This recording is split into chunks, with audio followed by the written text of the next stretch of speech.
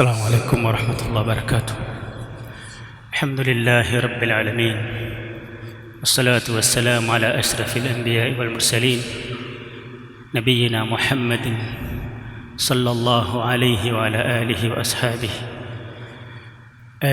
Ndugu Islam, kama tulivyotangaza wakati wa sala ya alasiri kwamba insha Allahu taala siku ya kesho muda wa saa 6 kamili mchana tutatembelewa hapa na mgeni ambaye ni imam wa al-Haram al-Makki, haram ya Makka, imamu wa msikiti wa Makka al-Mukarrama.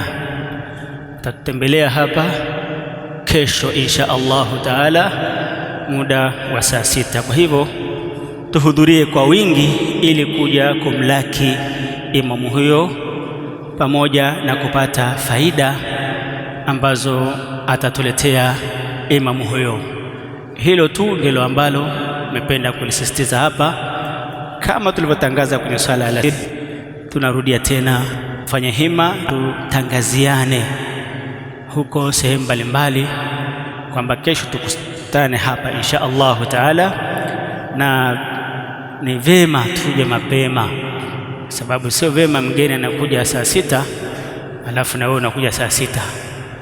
Sisi tuwahi, tuwe mapema kabisa tuweze kumpokea mgeni wetu hapa. Allah atuwafikishe na atuwezeshe kutekeleza hilo.